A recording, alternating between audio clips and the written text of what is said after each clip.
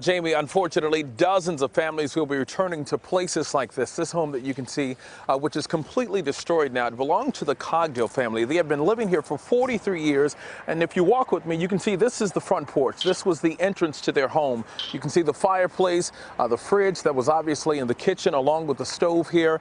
The entire place just completely gutted out by those wildfires that just left so many places devastated.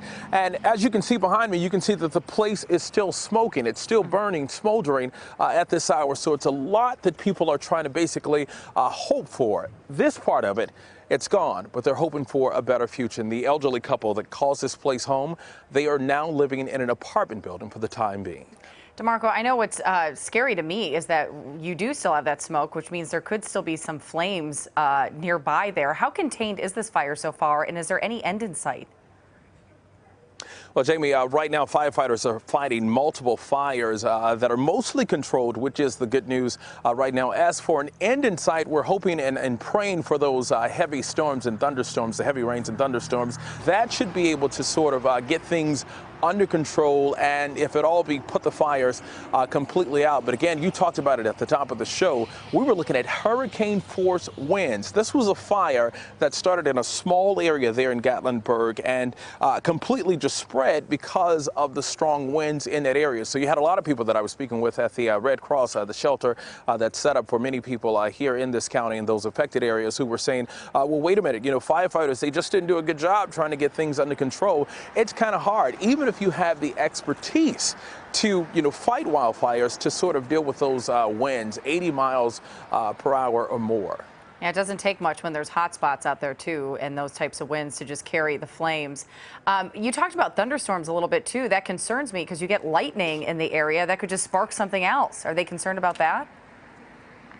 You know what, that could spark another fire, but I think people are just looking forward to that rain. And they're hoping that whatever happens, if there is something that sparks as a result of those thunderstorms, that the heavy rain will sort of put an end to those mostly controlled fires that we're talking about now. And again, we talked about this home here. You can even see flames that are just coming up from the home here, right here behind me.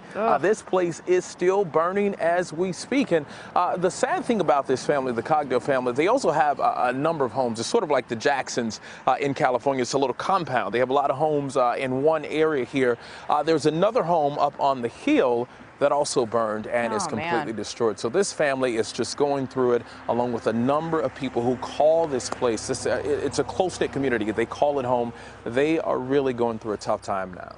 You know, I have to ask you, did it seem like these people were prepared for this type of thing? I know they don't get wildfires there a lot. I talked to some firefighters. I think they were as prepared as they could possibly be. One of them said that, they don't have the expertise as, our friends on the West Coast who are used to fighting wildfires. They don't have the expertise and the equipment, but they did the best that they possibly could. You had a lot of counties and cities who have volunteer firefighters and also fire departments there who are paid firefighters who are rushing to this area to try and help. And then you also have state and federal agencies who are doing just about everything that they could possibly do to get the situation under control. So we're talking about a loss of life. As of now, 3 people, which is still a lot. I don't like it when people say only 3 people are dead, but 3 is still a lot. But that number could very well go up. But they're hoping that it stays down. So you still have a number of search teams that are going in this area. But they are also crediting themselves for doing a good job, because it could have been a lot worse. So in that area, they had the expertise to tell people, look, get out. This is serious.